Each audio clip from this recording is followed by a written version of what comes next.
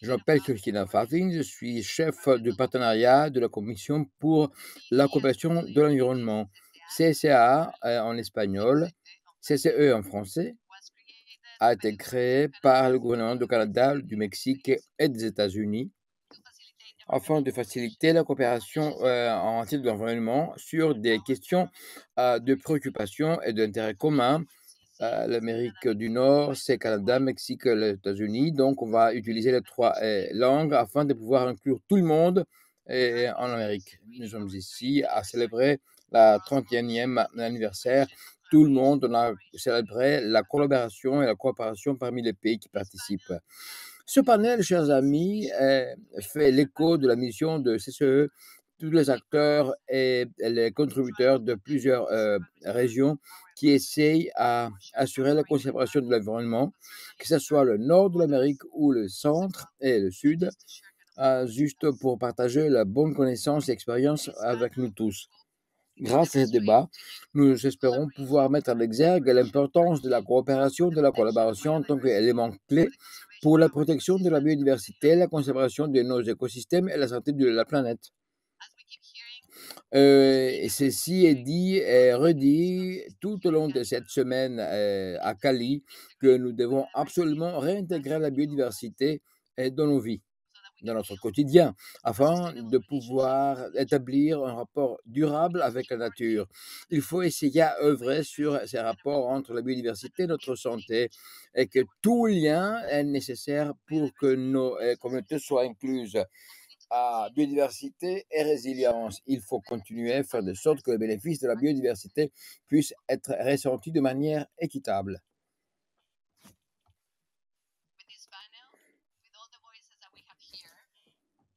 Et sur ce panel, nous voulons faire le reflet de notre destin et nos objectifs.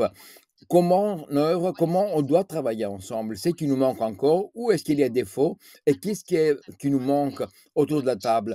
Et pourquoi il est important d'établir des associations qui nous améliorent? Faire de sorte que la conservation de la biodiversité soit perçue de manière inclusive afin qu'on puisse bénéficier de la nature. Nos panélistes aujourd'hui vont débattre parmi eux et avec vous des défis et des opportunités vers des espaces sûrs de discussion et de développement au niveau local, régional, national et international. Vous allez voir ce qui a fonctionné bien pour eux, ce qui n'a pas encore fonctionné, ou où nous trouvons que l'Amérique du Nord pourrait être le bon exemple pour montrer au reste du monde comment la coopération peut être bénéfique. Après cet échange, on va s'ouvrir à une conversation avec vous. On va avoir donc un dialogue ouvert, une conversation de manière à assurer une connaissance plus ample de où nous sommes et où nous nous dirigeons.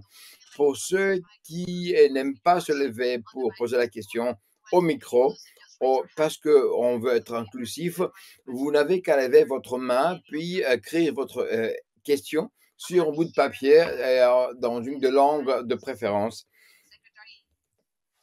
Les panélistes sont là. Le secrétaire de l'environnement, du changement climat et de la session des urgences, TPMC-WAC, les autochtones. Sempulian González, bienvenue. Assemblée nationale des Premières Nations, gardien de connaissances, aussi représentant les connaissances d'LGBTQ.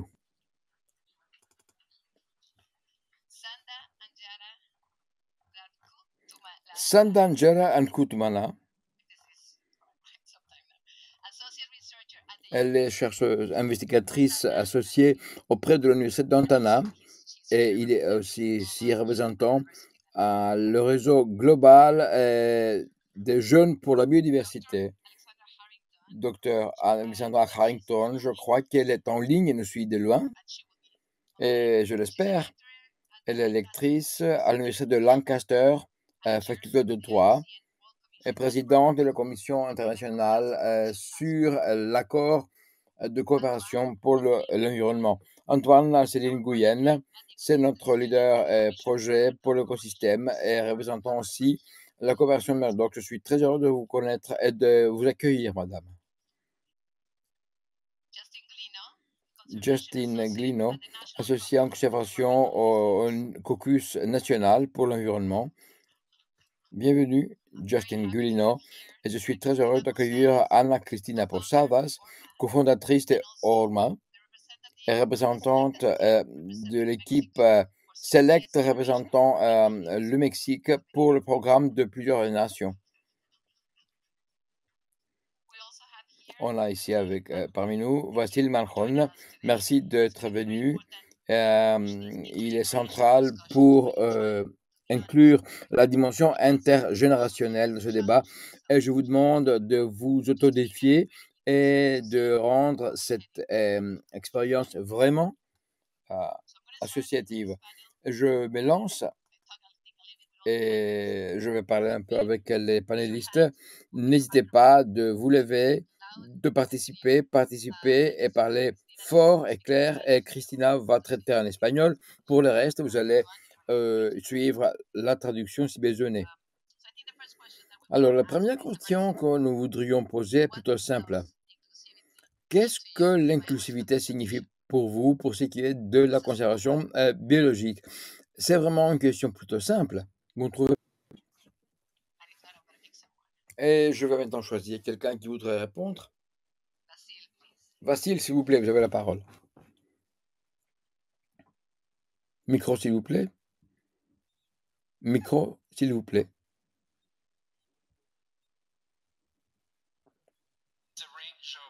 L'inclusivité, c'est vraiment un éventail de situations qui débutent par une accolade et qui pourrait aller aussi loin comme pour participer à un programme collectif qui met en exergue la collaboration.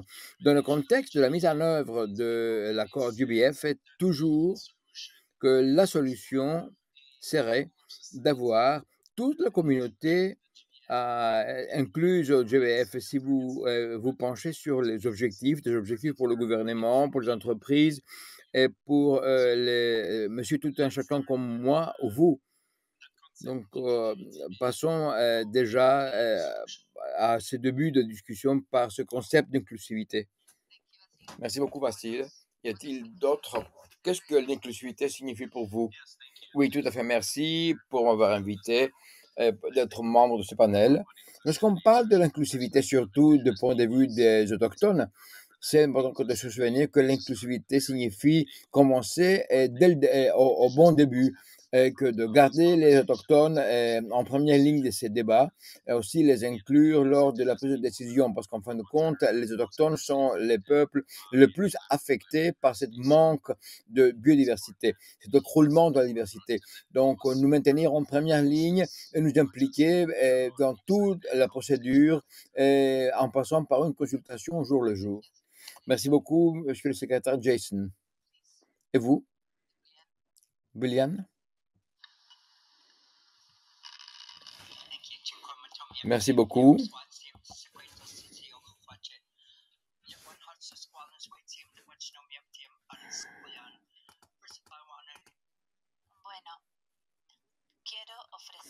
Je tiens à exprimer ma gratitude envers les peuples autochtones dans cette zone. Je remercie à tous les délégués respectables, à tous les sages, à toutes les matriarques et les patriarques.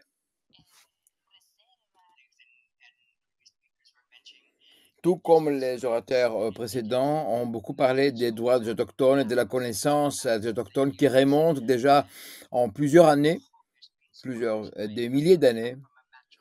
Moi, je proviens d'une ligne métrolinéaire, donc en tant que membre de cette souche matriarchique, je remonte sur mes lignes d'ancêtres.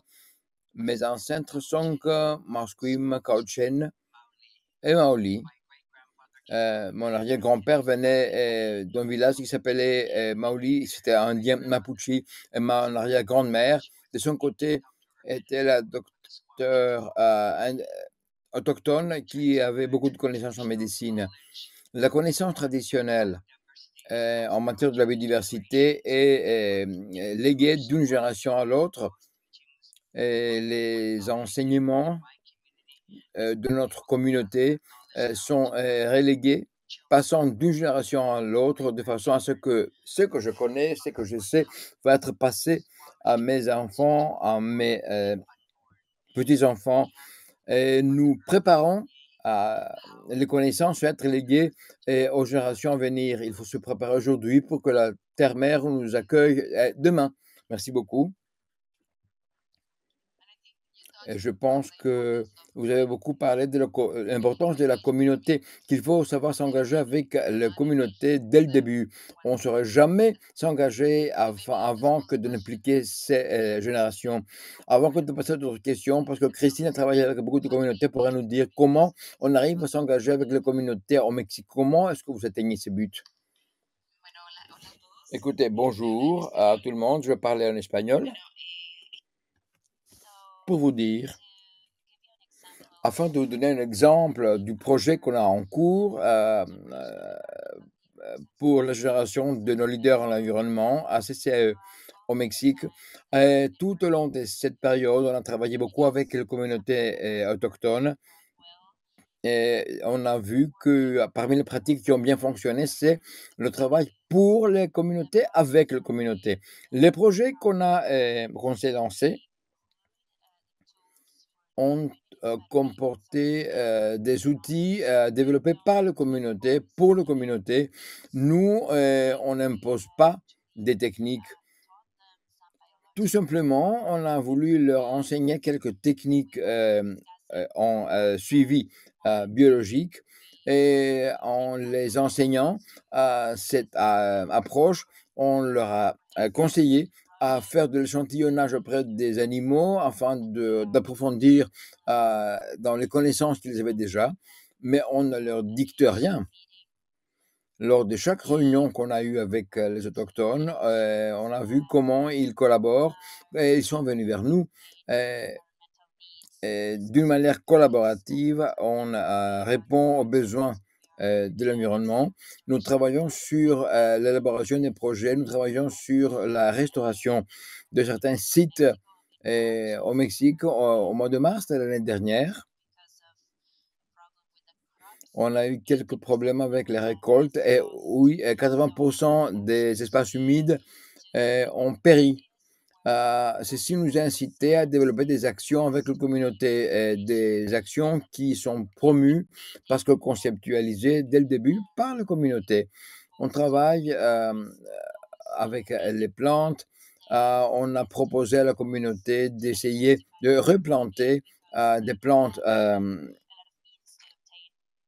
autochtones et dans des zones qui avaient été désertées pour reforester, pour reverdir. On a voulu assurer la reconnaissance. On a voulu les aider à apprécier les efforts on leur incite à entreprendre. Voilà quels furent les points forts de notre collaboration avec eux. Je ne sais si d'autres veulent partager. N'oubliez pas que vous pouvez toujours suivre la traduction. Il est important que de voir comment on pourrait s'engager au niveau de communauté. Un des éléments les plus importants lorsqu'on s'engage avec la communauté, c'est travailler avec eux pour eux. On en fait autant pour la conservation de la biodiversité. Merci beaucoup, Georgina. Je voudrais partager avec vous la chose suivante. Un partenaire est quelqu'un auquel on ne s'attend pas toujours. La narrative d'un législateur qui vivait isolé dans une ville de Wisconsin. Et du coup, il a commencé à apprendre des choses qu'auparavant il n'imaginait même pas. Ce qui s'est passé que les législateurs, à l'époque, ne savaient pas comment engager la communauté. Donc, l'application de la loi était une procédure qui était découpée de communautés. Maintenant, en impliquant la communauté à cet effort d'application de la loi, était très important. On a organisé un webinaire qui a impliqué les législateurs et les officiers de l'application de la loi.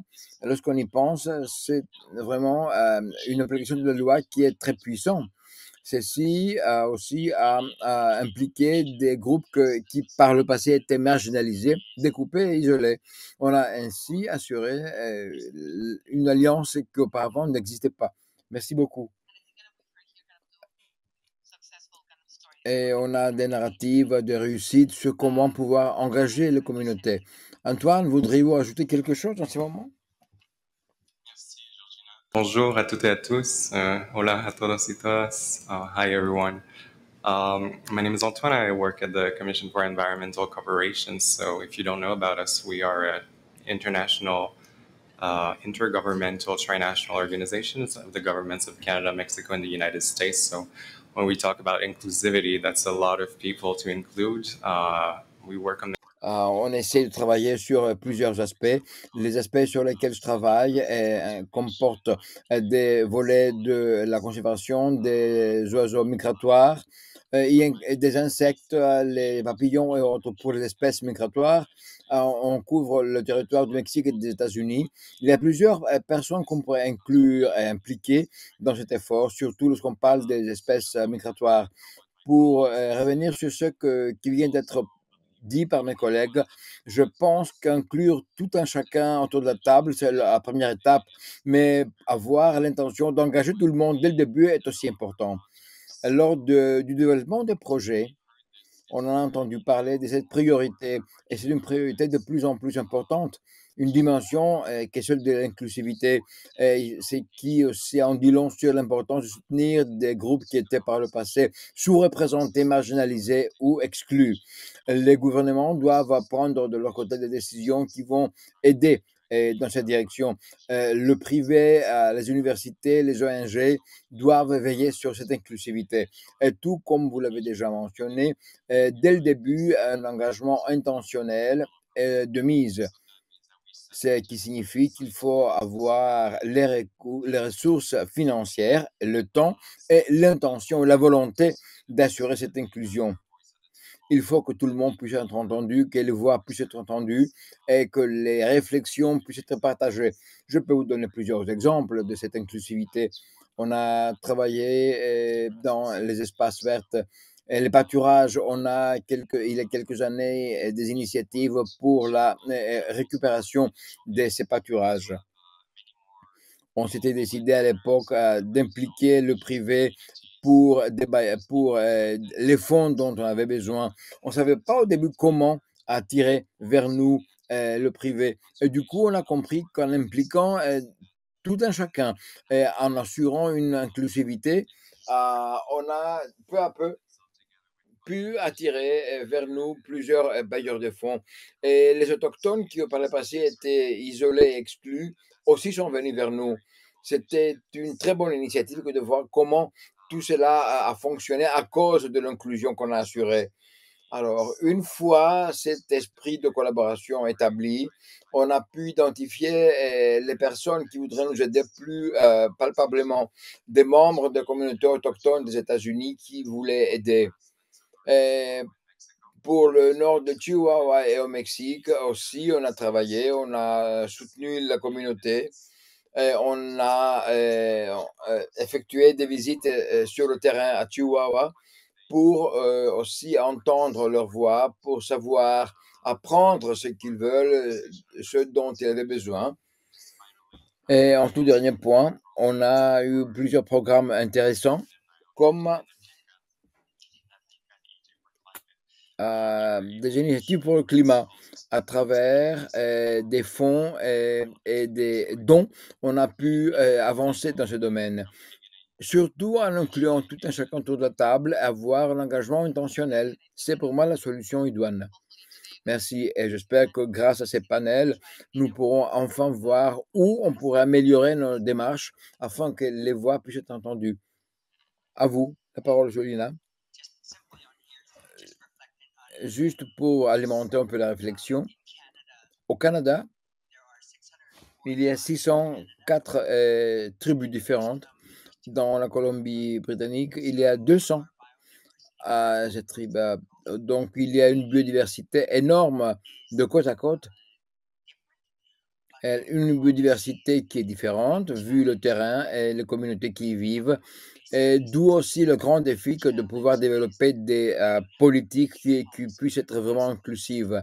Comment pouvoir assurer une pérennité des politiques tout en assurant l'ajustement de ces politiques aux besoins locaux et surtout éviter la bureaucratie inutile? Pour nous, ces politiques doivent s'appuyer sur les particularités et les spécificités de notre territoire.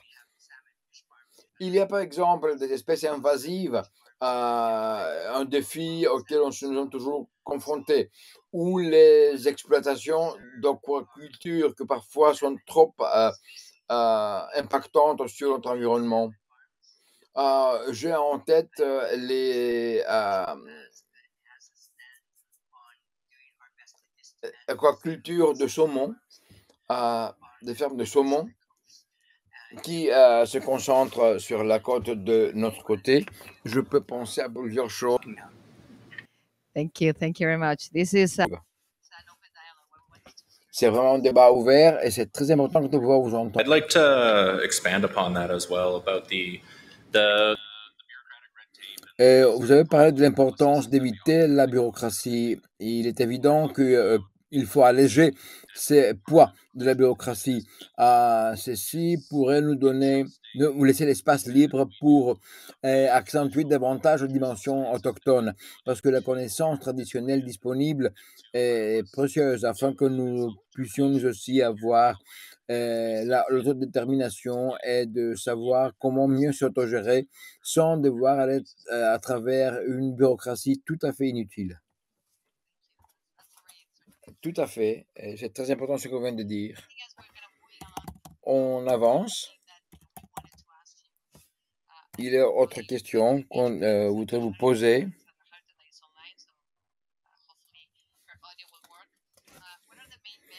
Quelles sont les contraintes les plus importantes lorsqu'on essaie d'avoir une approche inclusive de la biodiversité? Monsieur Harrington, est-ce que vous entendez? Oui, est-ce que vous m'entendez? Est-ce que vous m'entendez, Georgina?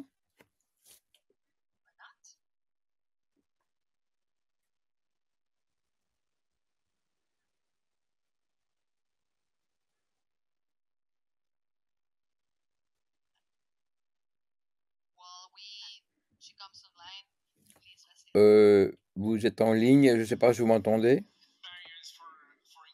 Des contraintes quant à l'inclusivité.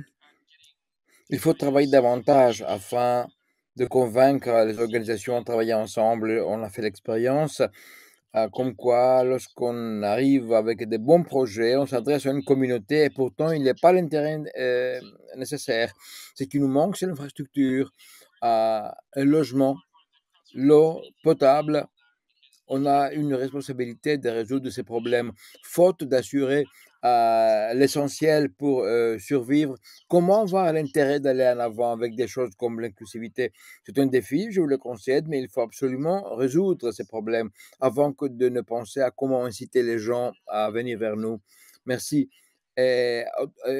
Qui d'autre voudrait parler des contraintes les plus importantes? Où on pourrait s'améliorer?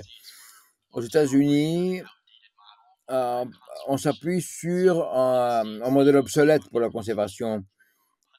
On essaie de travailler au niveau de la pêche ou alors d'autres choses, mais on voit un grand changement maintenant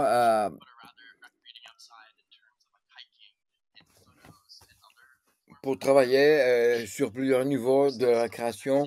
Mais malheureusement, on s'appuie sur un modèle qui est obsolète. Il faut changer.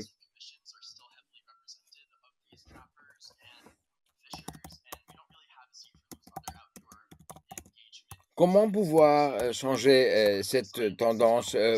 Comment pouvoir changer nos modèles?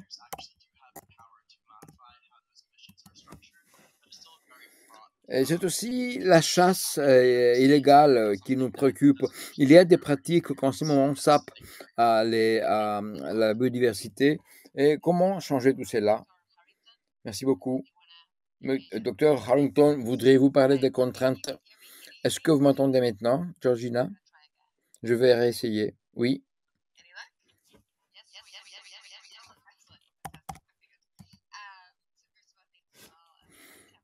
Je vais réessayer avec le canard pour voir si ça fonctionne. Très bien, voilà. Merci beaucoup pour m'avoir invité, pour me donner l'opportunité de parler. Je pense que, du point de vue international, et que sous l'angle des négociations, tout particulièrement, y inclut la négociation à laquelle je participe.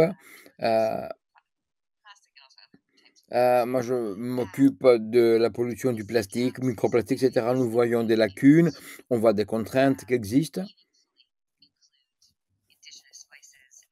On comprend qu'il faut absolument inclure la voix autochtone. En ce moment, afin d'enrichir le débat avec les idées des autochtones, il faut d'abord travailler sur la transparence. Nous, la transparence est importante. Si on négocie, il faut absolument convaincre les bénéficiaires de notre négociation que nous travaillons de la façon la plus transparente possible. Dans l'avenir proche, une nouvelle législation va être mise en vigueur pour, par exemple, combattre la pollution du plastique. Parmi les défis qu'on a devant nous, c'est la nécessité de s'ouvrir vers toutes les parties prenantes de notre activité. Donc, inclusive là aussi, et puis faire de sorte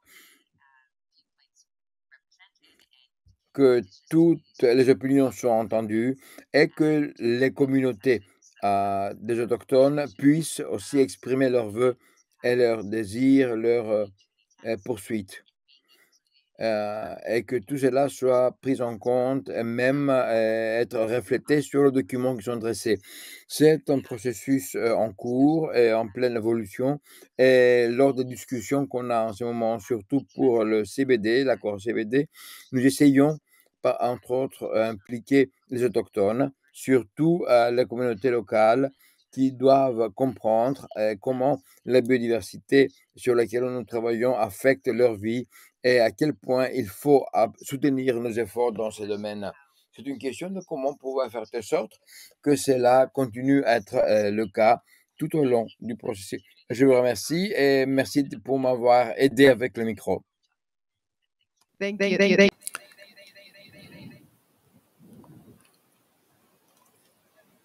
Merci. Allez-y, secrétaire Tyson. Merci pour ces commentaires. Je crois que c'est important de bien poser le cadre de cela. Il ne s'agit pas simplement d'inclure les peuples autochtones, également, il s'agit de leur donner le pouvoir, l'autonomisation pour pouvoir faire ce travail. Nos ancêtres ont pris soin de la terre depuis des temps immémoriaux et nous sommes affectés par un manque de biodiversité. C'était une augmentation des temps difficiles pour nos peuples autochtones qui vivaient sur cette terre. Cela a un effet sur notre sécurité alimentaire, sur l'accès aux médicaments. Il y a des problématiques dans les récentes années en Alberta. Les incendies de forêts sauvages sont le résultat d'un manque de biodiversité. Ils enlèvent, ils éliminent beaucoup de résilience dans notre biodiversité et les peuples autochtones, pendant des générations en générations, ont perdu de la connaissance. Quand vous avez une grande partie de la biomasse qui est éliminée par les incendies, quand les incendies sont hors de contrôle, une partie de la connaissance autochtone perd et cette résilience se perd. Il est donc très important d'inclure les peuples autochtones dans ce processus, mais également d'écouter le travail qu'ils ont fait et accumulé pendant des générations. Merci beaucoup, secrétaire Jason. Vous avez mentionné un point important, les générations, le travail, la connaissance qui se passe de génération en génération. Cette mission, nous travaillons pour préserver le futur des générations et des générations à venir. C'est très important pour nous au niveau de la CCE. Nous n'oublions pas que chacun d'entre nous, nous avons des connaissances, nous avons de la connaissance, de l'expertise. Chacun, nous pouvons apprendre de l'autre. Et si l'on le fait, nous pourrons être en mesure de véritablement avancer et de respecter la nature, préserver la nature. Je voudrais passer la parole à l'intervenante. Comment est-ce qu'on intègre la jeunesse? Comment est-ce qu'on met la jeunesse au centre de la table d'après votre expérience? Comment est-ce qu'on peut améliorer tout cela? Eh bien, merci pour cette question très intéressante. En effet, notre, notre, notre motto est de dire la jeunesse sans la nature, c'est comme la nature sans la jeunesse.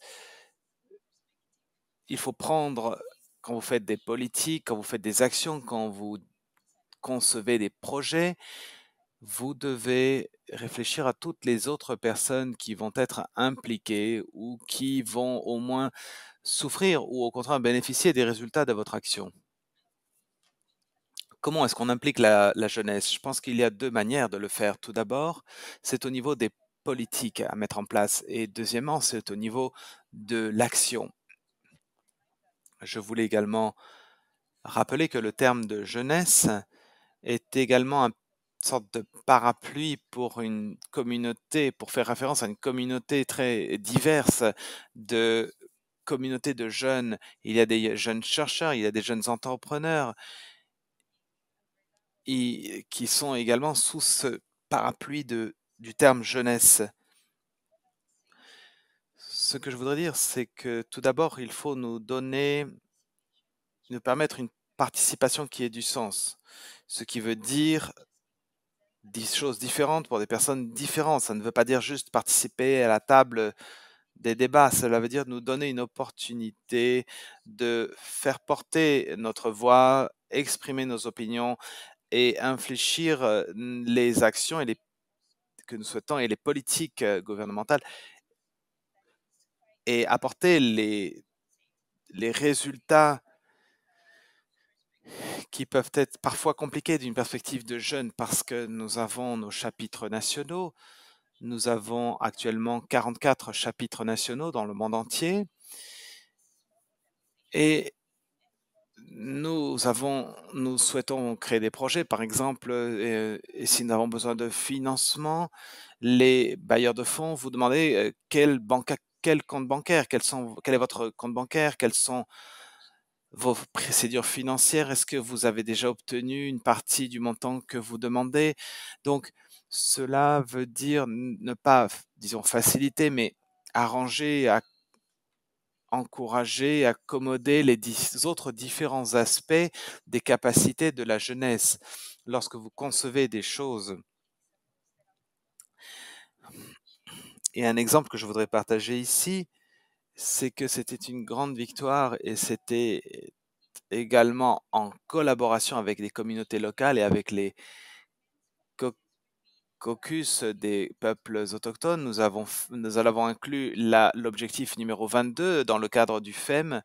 Ça a été un processus long parce que nous avons tenu des consultations par plus de 110 pays dans le monde. Depuis,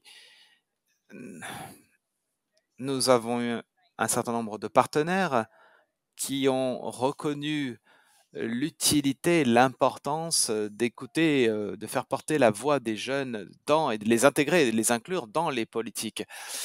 Et là, nous avons un chapitre qui utilise l'objectif numéro 22 et permettre de dire aux partenaires, aux preneurs de décision que nous avons cet objectif et que nous sommes engagés envers cet objectif et que nous souhaitons travailler avec eux. Mais un grand nombre de nos chapitres, sur un grand nombre de nos chapitres, je crois que c'est 40 chapitres qui ont participé de manière significative dans la mise à jour dans la mise à jour de nos SBAMB nationaux. Donc, il faut donner des exemples d'actions des actions que vous avez menées. Actuellement, il y a un grand nombre d'actions qui sont menées à bien par les jeunes, par la jeunesse, et ce n'est pas pour autant pris en compte dans les rapports nationaux. Donc, vous voyez, il y a ce manque d'inclusivité en termes de données, de, de détails, de discrimination des données qui pourraient nous aider.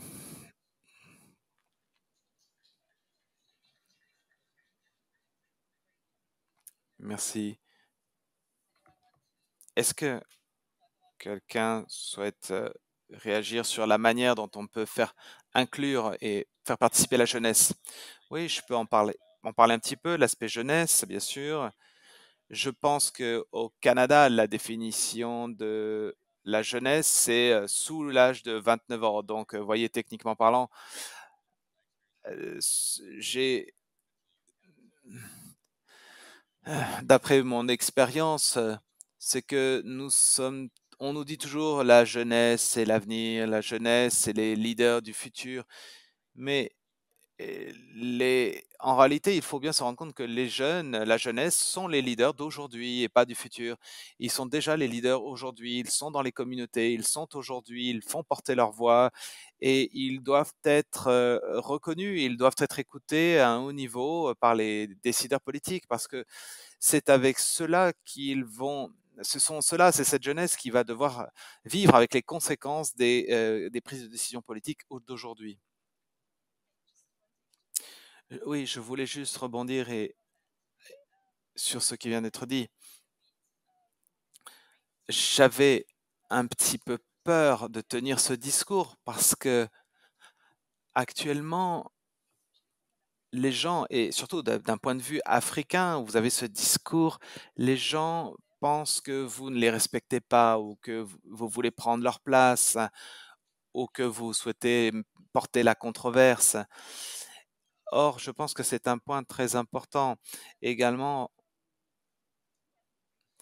reconnaître que la jeunesse va souffrir des conséquences des décisions qui sont prises actuellement par d'autres et, et qui ne mènent pas nécessairement à l'inclusivité. Donc nous devons, nous, inclure l'inclusivité. Je voudrais rebondir sur cette question. Si on parle d'équité intergénérationnelle, ce que pensent mes copanélistes d'inclure toutes les personnes de tous les âges?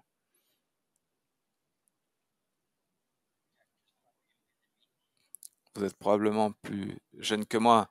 Tout, tout d'abord, je voudrais remercier les jeunes, la jeunesse qui est présente à ce panel. J'en suis reconnaissant. Je vous suis reconnaissant. Ce qui est le plus important de mon point de vue, et pour beaucoup de familles autochtones, de tribus aussi au Canada, sont passés à des enseignements fondés sur la terre pour enseigner comment chasser, comment pêcher, comment planter, comment préparer notre santé, nos caribous, nos cerfs. Et je me rappelle, quand j'étais jeune, j'allais chasser avec mon grand-père. Et ça, c'est la partie intégrale de la manière dont nous pouvons intégrer aussi la jeunesse. Avoir les enfants, les petits-enfants et les petits-petits-enfants, les embarquer dans ces traditions et ces connaissances. Comment engager faire participer les plus âgés également, c'est important. Je ne bois pas.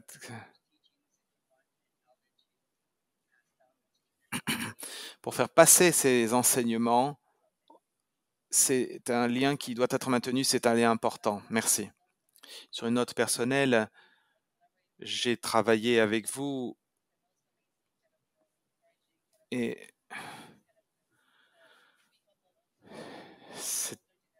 en tant que génération plus âgée, c'est important de recevoir vos enseignements et de les prendre avec humilité. Puisque l'on Alors, un petit commentaire là-dessus. Je pense que, comme le savent la plupart de nous ici, dans les communautés autochtones, les personnes âgées font partie intégrante et sont importantes dans les communautés parce qu'ils ont des connaissances qu'ils peuvent passer aux générations suivantes et des connaissances culturelles. Je sais, dans ma communauté, ce qui est important, c'est d'avoir ces personnes âgées fortes qui sont une génération forte, très intelligente et des leaders éduqués et qui peuvent transmettre des connaissances à des gens de mon âge ou encore plus jeunes. Donc, dans les populations autochtones, il y a un besoin et une nécessité d'inclure également leurs personnes plus âgées. C'est important de recevoir, d'être guidé par les personnes plus âgées. C'est important. Un grand nombre de nos conseils sont dans des postes élus, sont importants qu'ils soient des personnes plus âgées, non pas parce qu'ils soient, pour que ce soit des personnes qui soient écoutées, qui aient de l'influence, qui fassent bénéficier de leur expérience aux autres générations et aux jeunes. Donc, je pense que les générations plus anciennes sont une composante très intéressante et très importante pour nous, les peuples autochtones. Et quand je parle de parler de tout le monde, je pense un sujet que l'on voulait parler aujourd'hui, c'est l'accès équitable à la biodiversité. On en parle aussi, c'est la justice environnementale. Comment faire en sorte que tout le monde récolte les fruits et les bénéfices d'une justice équitable? Je voudrais vous écouter les uns les autres. Qu'est-ce que ça veut dire une justice environnementale? Qu'est-ce que cela veut dire pour vous dans votre travail? Comment est-ce que ça se reflète? Comment cela reflète votre action? Comment ça se reflète dans votre action en termes de conservation de la biodiversité?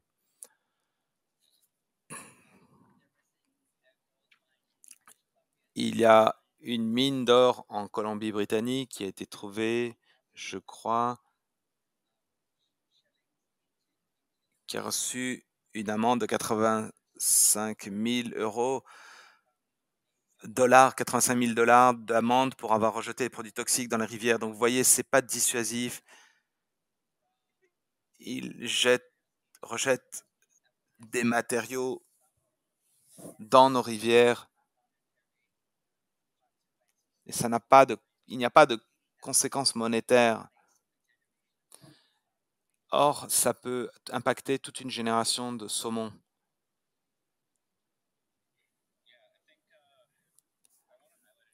Je voudrais apporter un exemple ici qui peut concerner la justice environnementale pour nous. C'est quelque chose qui est très enthousiasmant. On en a travaillé souvent dans ma communauté. À Banff, dans le parc national de Banff, ils ont ouvert pour la première fois en 170 ans que des agriculteurs et des collecteurs autochtones puissent venir pour collecter de la manière traditionnelle autochtone. Et cela est un élément qui permet aux peuples autochtones de prendre soin de leurs terres de la manière dont ils l'ont toujours fait. Un certain nombre des éléments que nous avons reçus avant ce panel, nous parlions de conservation biologique et de préservation culturelle également. Dans mon esprit, ce sont les mêmes choses. C'est la même chose. Si vous pouvez assurer la protection de l'un, vous pouvez assurer aussi la protection de l'autre. Merci. Je voudrais écouter Dr. Harrington. La Dr. Harrington. J'espère que vous m'entendez bien. J'ai éteint la caméra parce que sinon ça ne marchait pas. Oui, je voudrais apporter une autre perspective.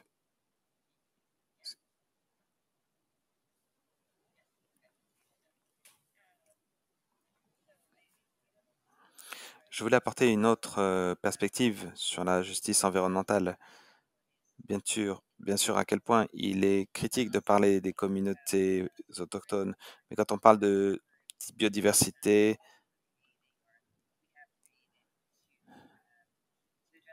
et le nombre de choses que nous avons créées pour traiter la biodiversité via le climat, les différentes propositions, etc., puisque tout cela fait partie de la crise planétaire que nous vivons.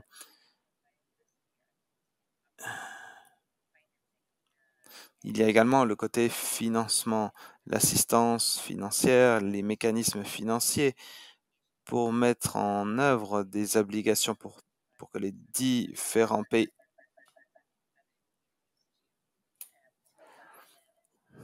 pour permettre aux différentes communautés d'atteindre les objectifs.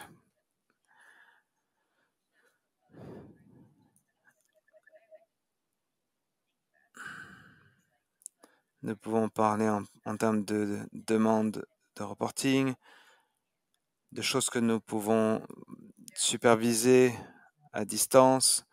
Il y a un certain nombre de choses qui peuvent être améliorées, je l'espère, en particulier puisque la jeune génération est en mesure de repenser les lois environnementales au niveau international et peut utiliser les outils, peut créer les outils pour la justice environnementale. C'est quelque chose que nous allons continuer à développer, nous allons continuer à voir, à assister à un développement toujours plus loin, plus important, qui va nous permettre d'avoir davantage de perspectives et d'avoir, je pense, surtout du financement pour la biodiversité, c'est important d'avoir cette connaissance traditionnelle, autochtone, non pas seulement considérer, non pas seulement prendre en compte les structures de marché et de la finance. Donc, la justice environnementale doit avoir effectivement une place et doit être inclue dans la lutte pour la biodiversité.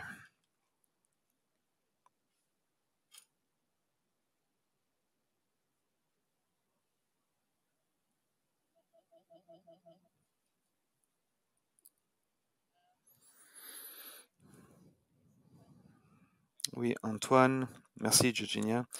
Je voulais juste mentionner que la Commission sur la justice environnementale, il y a eu une augmentation du traitement du sujet ces dernières années et on réalise que la justice environnementale signifie différentes choses pour différentes personnes. En Amérique du Nord et dans le monde, il y a différentes définitions de la justice environnementale. Et quand on parle de préservation de la biodiversité, moi, je pense que l'une des choses que nous avons mentionnées, c'est sauvegarder, préserver la nature pour les générations futures.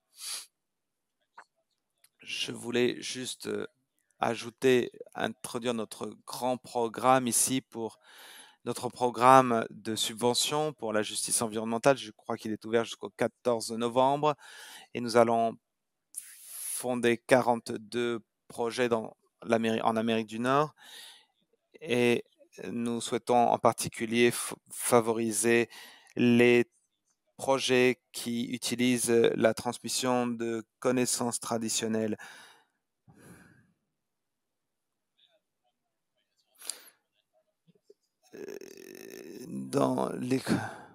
Je voudrais rajouter un aspect. Dans des années aux États-Unis également, la conservation a toujours été perçue comme quelque chose comme pour les élites.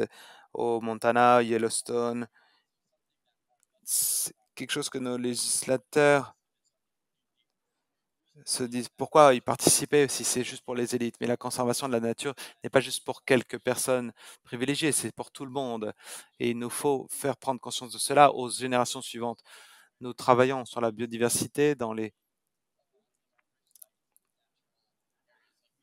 sites, dans des villes qui sont riches en minéraux, en ressources naturelles. Il y a Denver, même New York. Ce sont des écosystèmes très variés.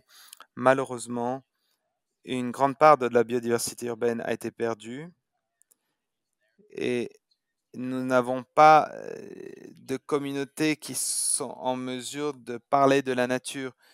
Les gens n'ont plus l'expérience de la nature et pour nos législateurs, c'est important qu'ils ont un rôle à jouer dans la conservation et d'assurer leur communauté, que leur communauté ne soit pas exclue de la conservation et que cela se fait dans leur précaré et non pas simplement sur d'autres terres lointaines. Je vois que le temps file et ça a été une discussion incroyable jusqu'ici, mais je crois qu'il y a cette perspective, dans cette perspective d'inclusivité. Que pensez-vous quel est le sujet qui manque, dont nous n'avons pas parlé? Je vous écoute. Je voudrais rebondir sur ce qui a été dit. Il est important de voir comment est-ce que l'on peut inclure les personnes, nos concitoyens, nos collègues qui vivent dans les villes et qui n'ont pas la même connexion à la nature.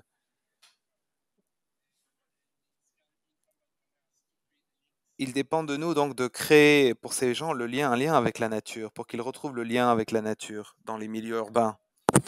Oui, je pense que sur ce point, on travaille sur quelque chose qui est très intéressant et qui peut aider là-dessus, c'est les domaines réservés, protégés, autochtones.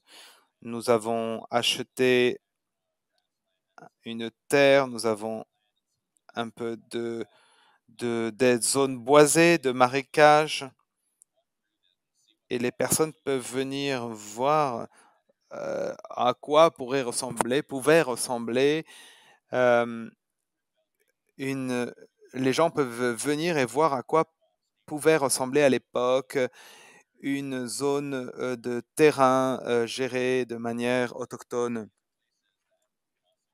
Cela peut devenir une destination touristique pour les Canadiens, d'autres Canadiens ou pour les gens qui vivent dans les villes et qui ne sont jamais venus voir l'environnement naturel. C'est une excellente opportunité d'éducation et cela crée en plus un espace où les peuples indigènes autochtones savent qu'ils ont un endroit pour pouvoir mettre en œuvre leurs cérémonies, leurs pratiques traditionnelles. Et je pense que les communautés autochtones au Canada commencent à faire un travail pour justement combler ces lacunes. Je voudrais peut-être aussi mentionner les petits propriétaires terriens. Souvent, ce sont des gens qui ont une perspective unique, qui souhaitent préserver la terre sur laquelle ils vivent pour des générations et des générations. Donc, qu'ils soient producteurs, agriculteurs, ou pour ceux qui sont au Mexique, ça a été important d'écouter leur point de vue parce que nous devons travailler avec différentes personnes pour pouvoir conserver la biodiversité dans le monde entier et impliquer toutes ces personnes si différentes, c'est important parce qu'ils offrent offre une perspective et un point de vue qui fait écho d'une certaine manière au nôtre. Merci, effectivement. Chacun a cette valeur unique.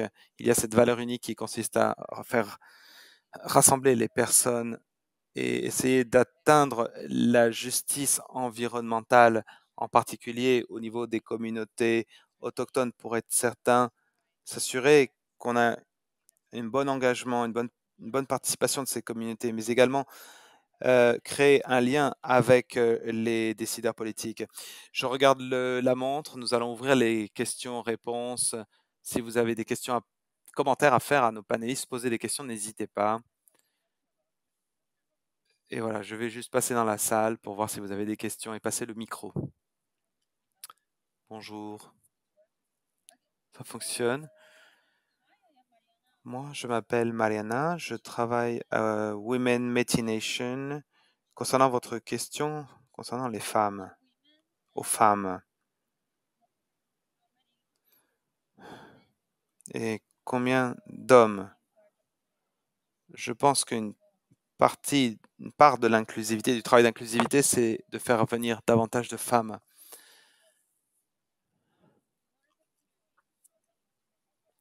Si vous prenez en compte le nombre de femmes qui participent depuis le début de la définition des plans et des initiatives et des stratégies nationales, si vous passez à l'action, bien souvent, les femmes, on doit cuisiner, prendre soin des enfants, et les hommes sont dans des réunions et prennent des décisions qui sont prises sans les femmes, mais qui impactent les femmes. Donc, que faire avec ça? C'est ma question. Merci. Merci pour votre question. Je peux parler pour les Squamish. Nos femmes sont les êtres les plus puissants qui soient parce que nous avons pas mal de femmes Squamish qui sont des femmes qui qui s'y connaissent en plantes médicinales naturelles. Elles sont en capacité, elles seules sont en capacité de savoir quelles sont les bonnes plantes à collecter. Et elles amènent leurs enfants, leurs petits-enfants, et elles transmettent ces connaissances. Donc, elles transmettent des compétences de vie. Voilà, c'est ce que je peux dire pour ma part. Oui, c'est une excellente question.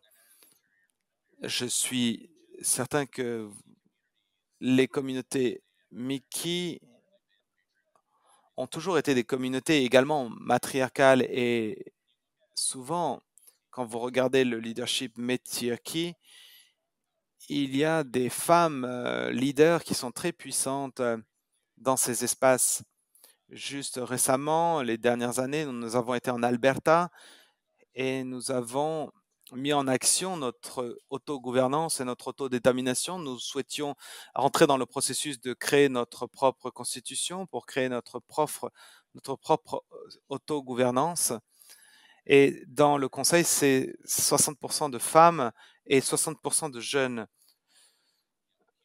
Donc, bien sûr, il y a encore une lacune qui doit être comblée, mais je pense que les peuples autochtones sont relativement inclusifs de ce point de vue. Et en tout cas, c'est l'expérience que j'en ai dans les communautés Métis. Il y a des femmes puissantes et nous ne serions pas où nous en sommes aujourd'hui sans l'apport de ces femmes.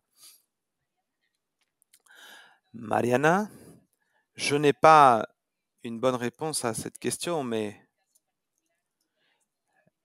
dans le contexte particulier de l'Amérique latine et en particulier le Mexique, c'est 1000 fois plus compliqué l'inclure les femmes et leur participation. C'est quelque chose qui change, ça avance. Et je te parle ici des projets que je gère personnellement avec l'intégration des femmes dans les projets. La plupart sont des femmes qui prennent des décisions. Ce ne sont plus seulement des réunions de seniors. Il y a également au niveau des présidents municipaux, nous avons la première présidente municipale de notre pays, dans toute l'histoire de notre pays. Donc vous voyez, on avance un petit peu, lentement, peut-être pas autant que l'on souhaiterait, mais en tout cas, voilà, les personnes ici dans ce panel, nous sommes engagés dans l'inclusivité des femmes et en particulier au niveau des femmes autochtones qui sont celles qui font avancer nos projets, sont celles qui font le gros du travail, surtout au niveau de l'éducation de la communauté, mais également qui sont les leaders dans toutes les activités que nous menons. Elles sont la main-d'œuvre, elles sont les maîtresses, elles sont une partie cruciale de notre communauté. Donc, je n'ai pas une réponse fixe à ta réponse, mais je peux te dire que nous avançons dans ce domaine. Y a-t-il d'autres questions de la part du public à ce moment? Plutôt qu'une question, c'est un commentaire. Je parle de la zone de Buffalo.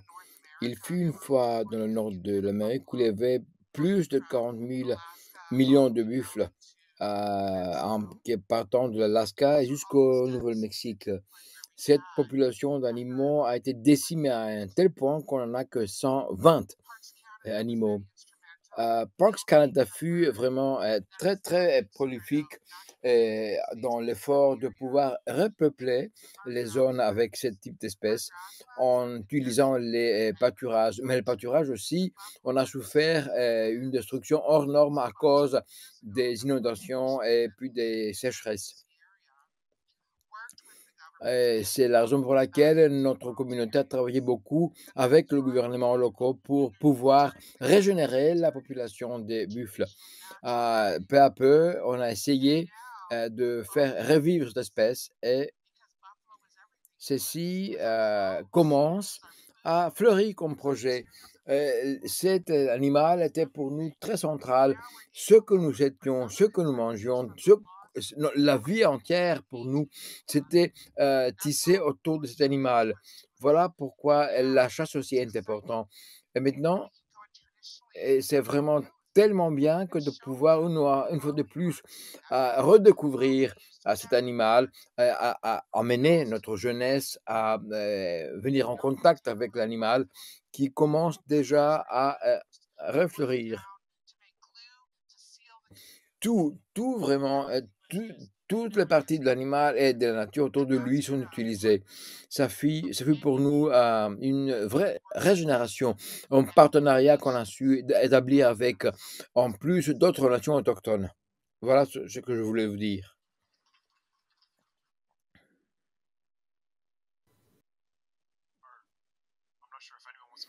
Je ne saurais vous dire s'il y a quelqu'un ou quelqu'un qui voudrait répondre. Pour ce qui me concerne, au début, on avait commencé à parler de la consultation. Donc, ma question est la suivante.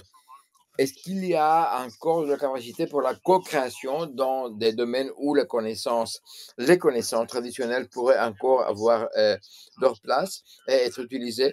Est-ce qu'il y a encore la possibilité d'assurer la bonne utilisation de la connaissance autochtone?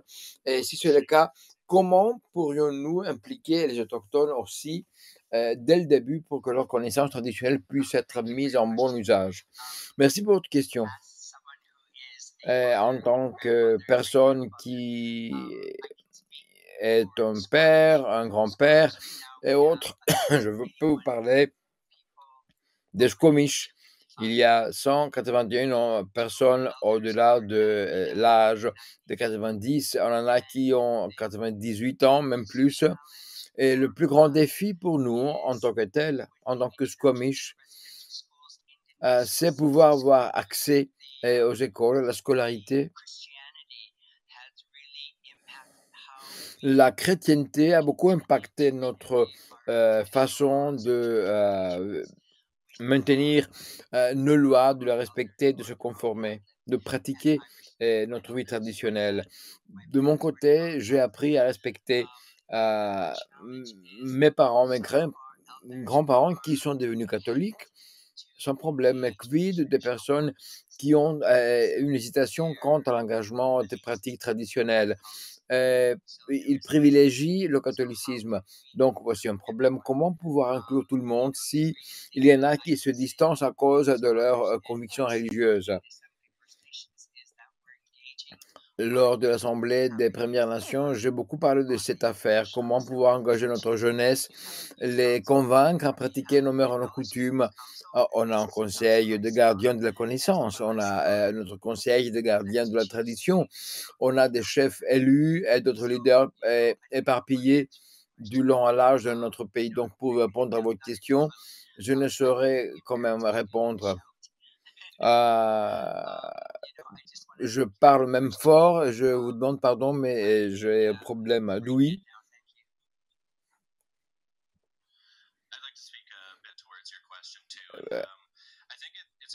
Pour ce qui me concerne, il est important de ne pas confondre la capacité avec les possibilités. Tout au long à l'âge de l'Amérique du Nord, les autochtones doivent avoir la possibilité à des activités et être consultés en bonne foi. Bien sûr que d'une communauté à l'autre d'autochtones, la capacité, la possibilité peut varier. Chacun travaille sur base de son organisation. Ceci est dû aussi au fait de la colonisation. C'est là où ceci devient la responsabilité des gouvernements coloniaux, des grandes entreprises, que de pouvoir aider les autochtones à bénéficier de cette consultation et d'avoir la possibilité d'avoir accès à tout cela. Une chose importante à comprendre, c'est que les 3 gouvernements fédéraux puissent travailler bien. L'échéancier qu'on a adopté n'est pas toujours réaliste, pas si on veut vraiment engager les communautés. autochtones. Ceci ne fonctionne pas de la sorte. Et on doit avoir des bons rapports, établir des rapports et travailler sur l'amélioration de cette association. Il y a des communautés où l'engagement est assuré par des chefs ou des points focaux qui sont désignés justement pour assurer ce type d'association. Plutôt, on a parlé de l'activité au niveau des Chihuahua du Nord, au Mexique. Et là, on a travaillé avec des membres de la communauté autochtone qui vivaient aux États-Unis et qui sont venus avec nous pour visiter ces communautés et fonctionner comme une personne de liaison entre eux et nous. N'oublions pas que ce que nous préconisons, c'est du travail, leur travail, comme ce sont leurs connaissances. Et on est pleinement conscient du fait que s'ils ont voulu partager avec nous leurs connaissances traditionnelles, c'était parce que justement, ils avaient comme projet diffuser cette connaissance au service du bien commun. Nous respectons cet désir, nous respectons cette motivation. C'est la raison pour laquelle, de notre côté, on va faire tout ce qu'on peut pour remplir la lacune, pour combler la lacune et pour les aider.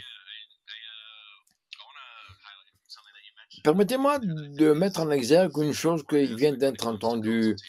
La consultation et l'engagement souffrent s'il n'y a pas un rapport déjà établi qui soutient cet effort. Si nous voulons vraiment voir que la consultation soit efficace et significative, il faut d'abord y aller pour passer du temps avec ces personnes, les connaître mieux, partager leur repas, s'asseoir avec eux, comprendre qui ils sont. Vous savez, les autochtones s'appuient beaucoup sur la confiance. Pour nous, les liaisons familiales et les rapports amicaux sont le tissu principal, fondamental de toute interaction. Donc voilà, à cause de la colonisation et ce qu'ils ont souffert, il y a méfiance, une méfiance diffuse. Est-ce que cette méfiance persiste? Oui, je vous le dis parfois, ceci sape tout effort d'avoir un engagement de sens. Donc, commencez par l'établissement de bons rapports. Merci beaucoup, secrétaire Jason. Je pense que puisque on parle méfiance, c'est aussi la communication qui est de mise, de la communication qui a un sens, savoir atteindre tout un chacun. Ce panel voulait justement faire cela. J'espère qu'aujourd'hui, grâce à ces échanges, des nouvelles associations sont établies et nous savons que CSA est là pour vous aider à établir ces rapports dans l'Amérique du Nord et dans les pays limitrophes. Aux États-Unis, on a des voix qui viennent de l'intérieur des États-Unis. Écoutez, tout le monde apprend, on est en train d'apprendre pendant 30 ans. On a compris combien l'apprentissage était intéressant et on a beaucoup appris de génération en génération. On va clôturer ces échanges et je vous propose de passer à un petit cocktail avec des rafraîchiments pour plus d'interactions. Alors, je demande aux panélistes de nous dire en un mot qu'est-ce que vous allez amener de cette expérience. Quelles sont les leçons tirées? Quel est le message que vous avez tiré de cette expérience de panel? L'espoir, la gratitude, la confiance, l'effort, la gratitude, l'appréciation, l'enthousiasme, aussi la méfiance. Pardon, la confiance. Alexandra,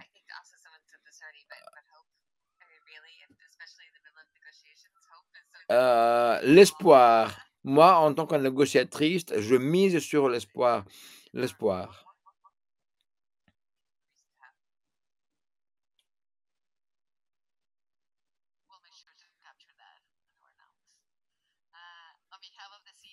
Au nom du ICSA et de toute la délégation, à la petite délégation qui est là, et tous les collègues au Montréal avec notre secrétaire, je tiens à vous remercier tous et toutes d'avoir voulu nous suivre, que ce soit en présentiel ou en ligne. Nous espérons qu'en quittant cette réunion, vous allez réfléchir sur comment nous pourrions vous aider. Nous avons notre cabine numéro 12 si vous voulez venir vers nous. Pour toute connexion qui est importante pour votre vie. Je vous remercie.